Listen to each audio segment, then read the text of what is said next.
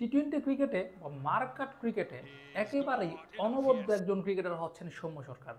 বাংলাদেশে যত T twenty specialist আছে তার মধ্যে সৌম্য সরকারের নামটা সবার উপরে অনায়াসে রাখা যায়। সেই সৌম্য মাঝখানে অনেকটা সময় একেবারেই অবহেলিত ছিলেন বা ফর্মের সঙ্গে যুদ্ধ করছিলেন, লড়াই করছিলেন, ঠিকঠাক মতো খেলার সুযোগ পাচ্ছিলেন না, নিজের পারফরমেন্সটাও ঠিক ছিল না।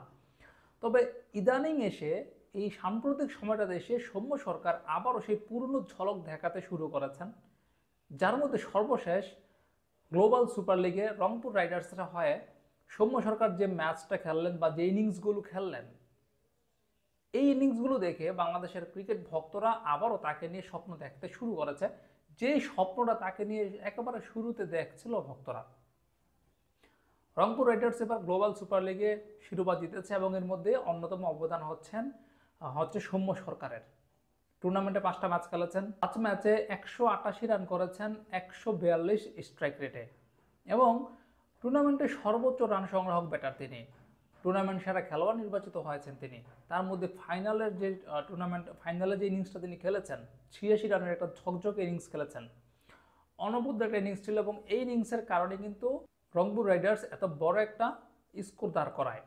এই টুর্নামেন্টে সৌম্য সরকার সর্বমোট 9টা ছক্কা মেরেছেন এবং 17টা চার মেরেছেন। সৌম্য সরকার ব্যাট ঘুরাচ্ছেন, বল সীমানা ছাড়া হচ্ছে, এমনটাই তো প্রত্যাশা বাংলাদেশের ক্রিকেট ভক্তদের।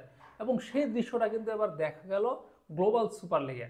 এখন এই সৌম্যকে হয়তো বা আমরা আসছে বিপিএলেও দেখতে পারি এবং যদি এই বিপিএলে সৌম্য সরকার ভালো করেন তাহলে নিশ্চিতভাবেই তার মধ্যে যে প্রত্যাশাটা ছিল বাংলাদেশের ভক্তদের সেটা আরও বৃদ্ধি পাবে এবং জাতীয় দলে এই সৌম্য সরকার কিন্তু দেখতে চায় বাংলাদেশের ভক্তরা।